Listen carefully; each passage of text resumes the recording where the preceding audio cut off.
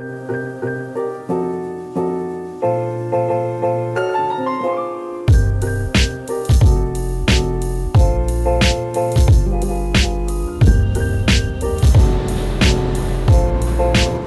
what's on everyone? Welcome to Cologne, Germany. I made it. I'm finally here. So I'm here in Germany for Photokina. This is my first time. I'm going to attempt to vlog my experience going to Photokina. And I think I somewhat know what to expect, but at the same time, I'm not sure if I'm quite prepared because it is massive. Thank you.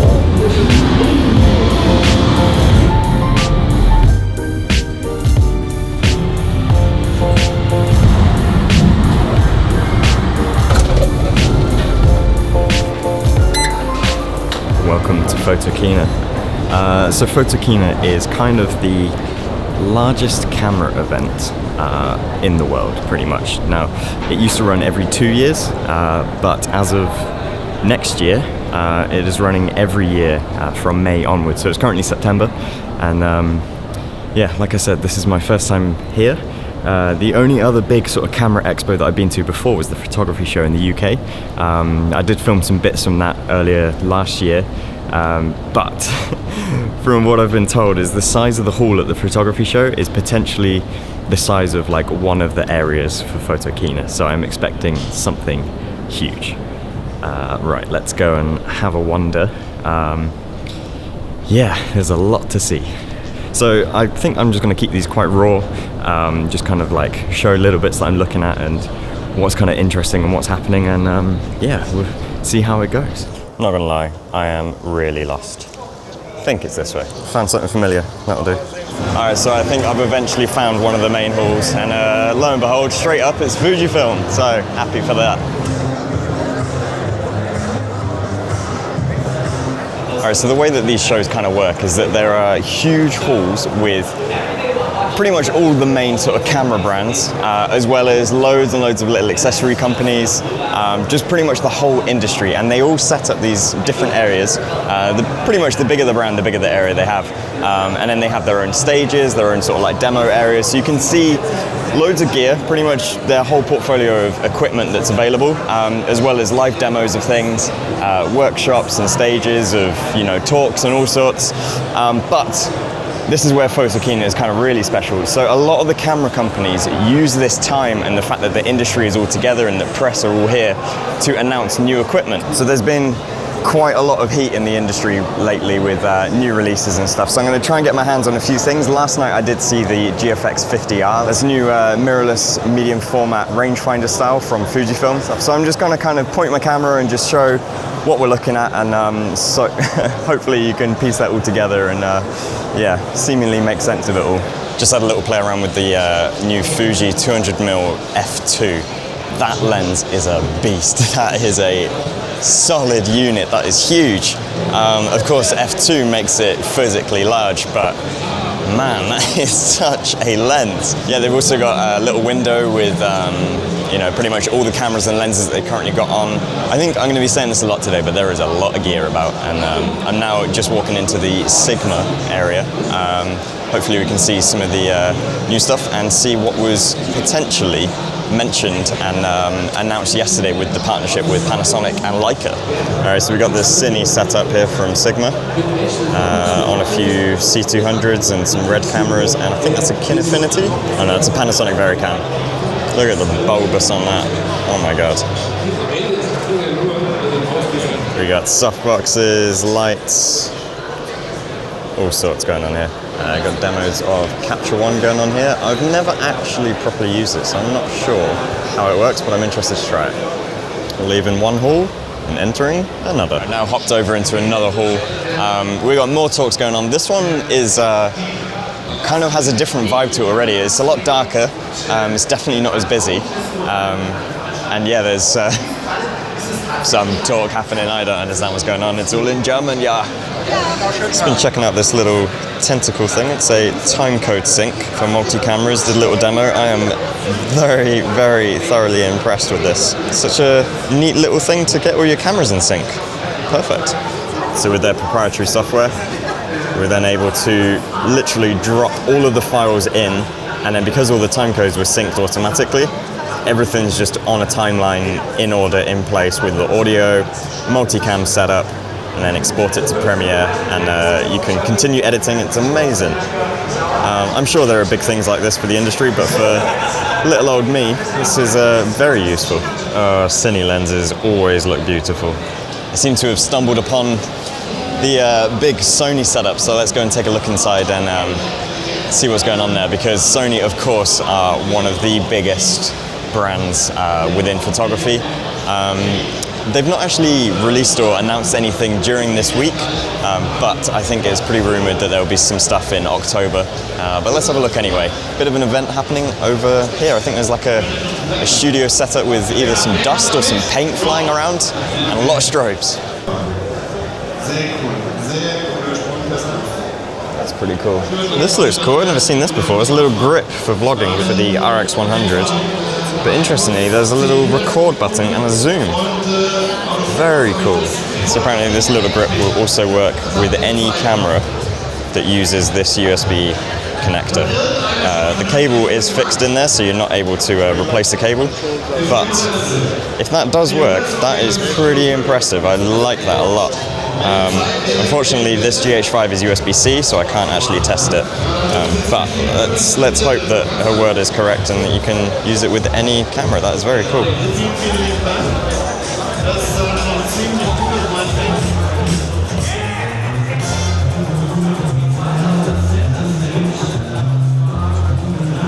So obviously all the main camera brands really want to show off their cameras, and they have these little booths available where you can just pick up a camera and you can test things out, and then there's usually some sort of like fast moving show going on. So the theme of what I've seen today is both breakdancing and flying of some sort.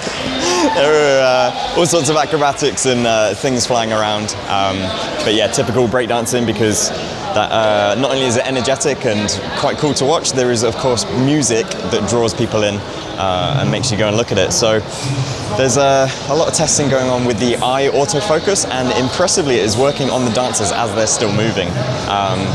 I think autofocus has come a long way recently, and Sony and Canon of course are really pushing the boundaries on that, and other companies just kind of need to catch up really.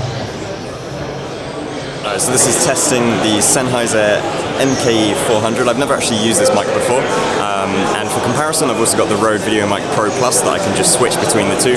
So right now you're listening to the Sennheiser MKE-400, and now you're listening to the Rode VideoMic Pro Plus. So we can compare the difference. We've set it to plus on the volume. It's a much smaller mic than the Rode one, obviously. Yeah, so interesting to see what it's like as a setup. So one of the best things about coming to a show like this is that you can just see equipment that you haven't actually tried before. You know, potentially equipment that is quite expensive and is, you know, quite a commitment to get if you've never actually used it. So it's a good chance to actually test things out and see how they work. But not only that, speaking with the experts who understand it, who can tell you exactly about it. So obviously, I've been trying to really improve on audio lately, and I've recently got the Sennheiser AVX, so of course, I stopped off at the Sennheiser booth, testing out one of the mics and also asking about one of the buttons that I personally didn't know what it did. All right, I think I've explored quite enough of this hall now. I'm pretty hungry, definitely thirsty, so I'm gonna just fly down here and hopefully get something to eat and drink. I've got a feeling, by the way, that this whole hall here is just one level and there's a whole other one below. It's just endless. It goes on and on and on. Oh yeah, it was. Yeah, there is another one. Wow. So you scan the picture of Palermo, which is a neighborhood in Buenos Aires.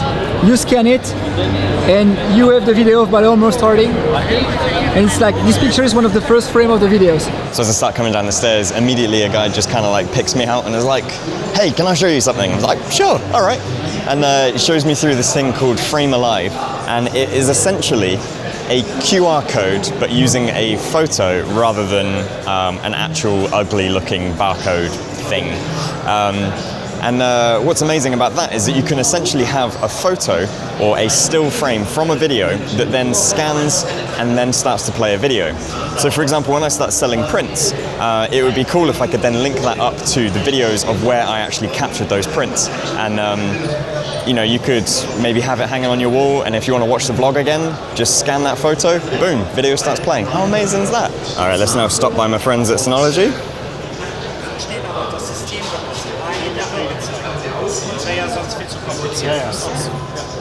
Tiny. So small. Not gonna lie, I have absolutely no idea where to go to get food. I can't really see much food options about, and I don't really know where I am either. This place is massive. Yeah, I don't really know where I am to check on the map, but I'm just wandering, hoping I'll stumble across some sort of cafe or... Oh, I'm back at Sony. I don't know where I am. Maybe I can get a drink in here. All right, this is getting a little bit ridiculous now. I'm trying to find food, and there's honestly like not much food option about.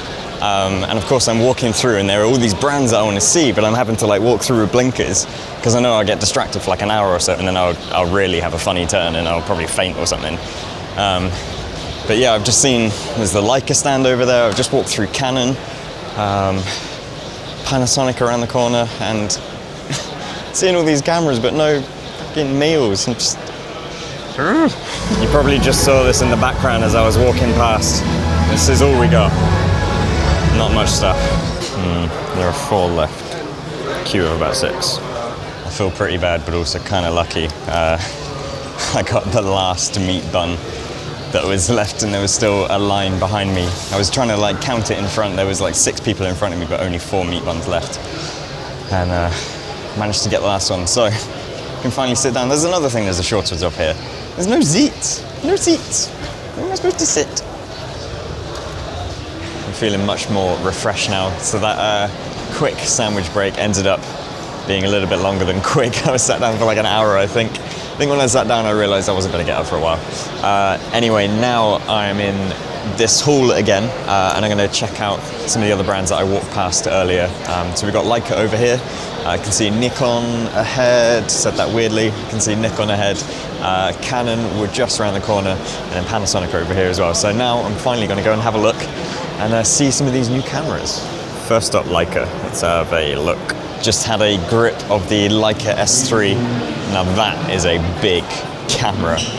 Extremely heavy. I mean, Leicas themselves are incredibly heavy, but my God, that is a heavy camera. Unfortunately, it was just a prototype, so it's not really a working model. You couldn't really open anything. In fact, I opened up a USB port, and inside was an SDI port. So that's quite interesting. But yeah, so I couldn't really get to use it, but my God, is that a big and heavy camera. But it is showing medium format is coming to the masses. It's big news for next year. Obviously Fujifilm with their GFX system is kind of like bringing the price down on things, so it's good. Big sensors are coming. We're now looking at the Nikon Z6 and Z7, their new mirrorless full frame camera setup. Hopefully I can get my hands on one in a moment. So a quick 2-minute hold of a new Z camera.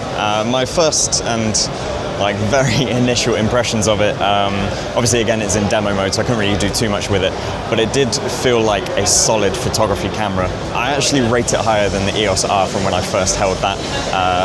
Couldn't do any video work on it because there's again no memory card, you can't really test it or see how it's working, but just the functionality and the feel and use of it actually felt like a solid camera for photography. So yeah, I look forward to seeing what people think of that. Particularly for photography. Video-wise, I'm not sure if it's still really the right one.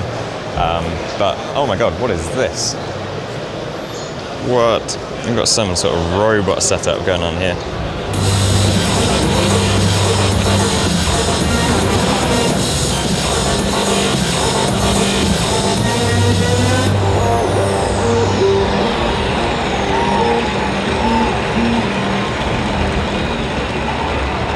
Just found something that could be an alternate to the Manfrotto Pixie.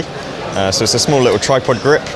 It's not too heavy, but it is made from a durable metal, so yeah, it could be good. The only thing that this differs compared to the Pixie is it doesn't have that press button to change the ball head. You would have to adjust this knob here to change that ball head position. But it does feel very solid. Oh, did all that one-handed.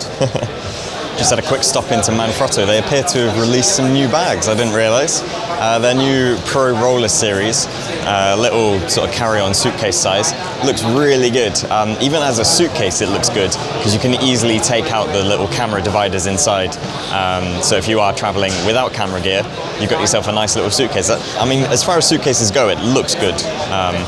You know, it's not easy to come by suitcases that actually look good, but I think it looks good. Looks like Lowepro have also released a new version of my Protactic bag. Looks kind of taller, but with a slightly different turret top, different design going on there. Yeah, interesting. So all the zippers and everything seem to be way more refined. The straps themselves are a lot more padded. Yeah, just refinements all over. I really love this though, these little dividers with like a little pouchy area. Yeah, you can just put things in there. This little suitcase strap addition is very welcome. I like that a lot.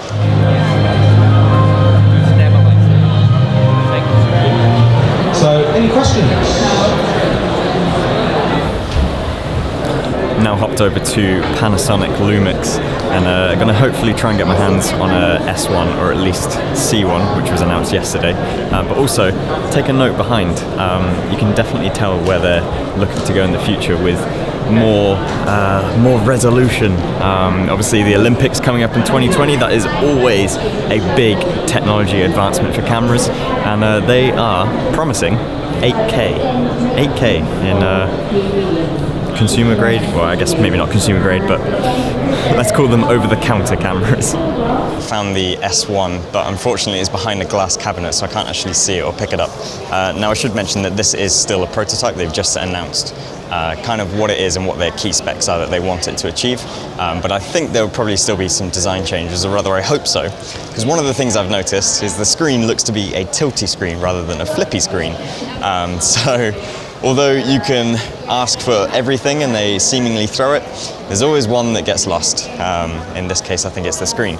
But let's just talk about what I can see about the camera. So it is a tank. It is a big, big camera. We're definitely coming back into the generation of big cameras, and that's kind of the way that tech goes, isn't it? Like, you shrink the tech down, but then what we expect of it gets bigger, and therefore it has to get bigger for what it can do as the technology advances. So we're forever like getting smaller and then bigger again, and going back to the fact that we always were comfortable with big cameras, then they got smaller with mirrorless, and now we're like, well, you know what if we made a mirrorless camera that packed everything to the size of what we used to use? How much more could it do? And that's definitely what this looks like. It is a huge, huge camera. Originally when I was kind of like looking at it and following it on Twitter as it was being announced, I was thinking maybe this could be a good vlogging setup, but to be honest, you would have to have some beefy arms to carry that. So yeah, I'm not sure about that, but as a sort of hybrid photo video camera, it definitely looks like it could be quite optimal. I've personally never really shot photo on Lumix, but I'd be keen to do it, especially with a larger sensor. I think the image quality would really kind of be improved on that. Of course, this GH5 is micro four thirds, which is small, but when it's small, it's capable of a lot. Hence the high frame rates and the 4K 60p and everything like that.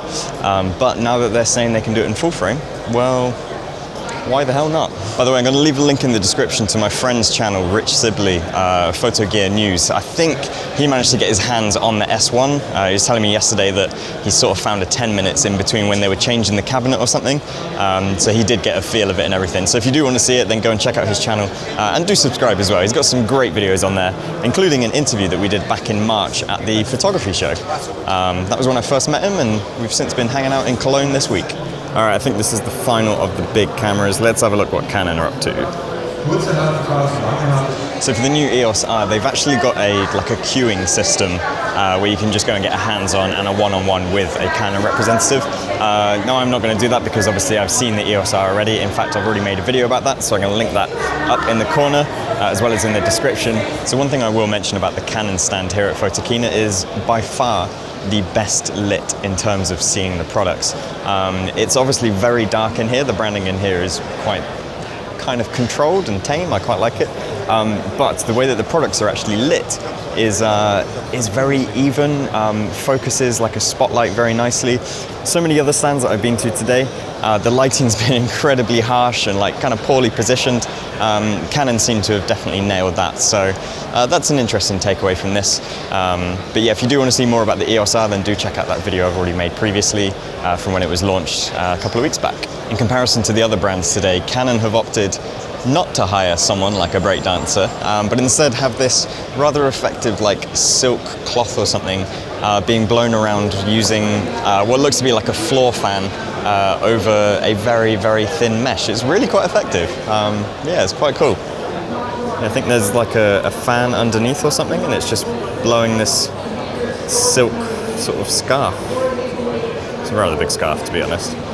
Now I've just come back to the Fujifilm stands, and I realized that this morning when I was here, I didn't really take it in or talk much about it because it was the first one that I arrived at, and then I went and had a look at the rest of the show. So I just had a proper look at the GFX 50R, and now that I can compare it to the other medium formats that have come out from Leica, and also the S1 that I was looking at from Panasonic, the 50R, yes, it's a big camera, but it doesn't feel as big as the other cameras, so it's definitely a lot lighter than the others.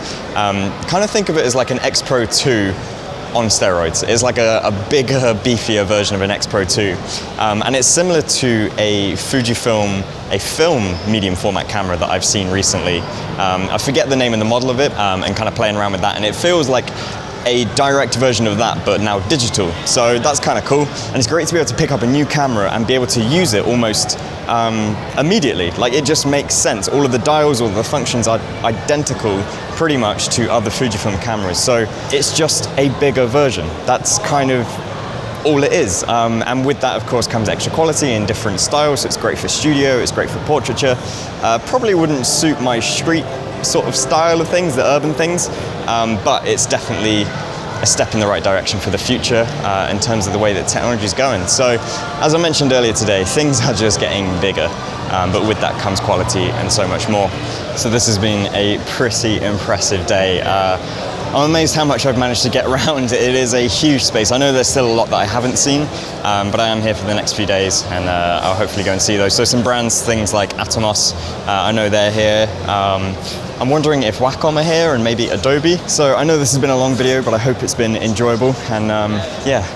Gonna close it out here, and if you enjoyed this video and you want to see more photography videos and some more travel stuff, then make sure you do subscribe and click the bell notification. You'll get updates on those future videos, and I will see you in the next video. All right, thanks for watching, everyone. See you later. Bye bye.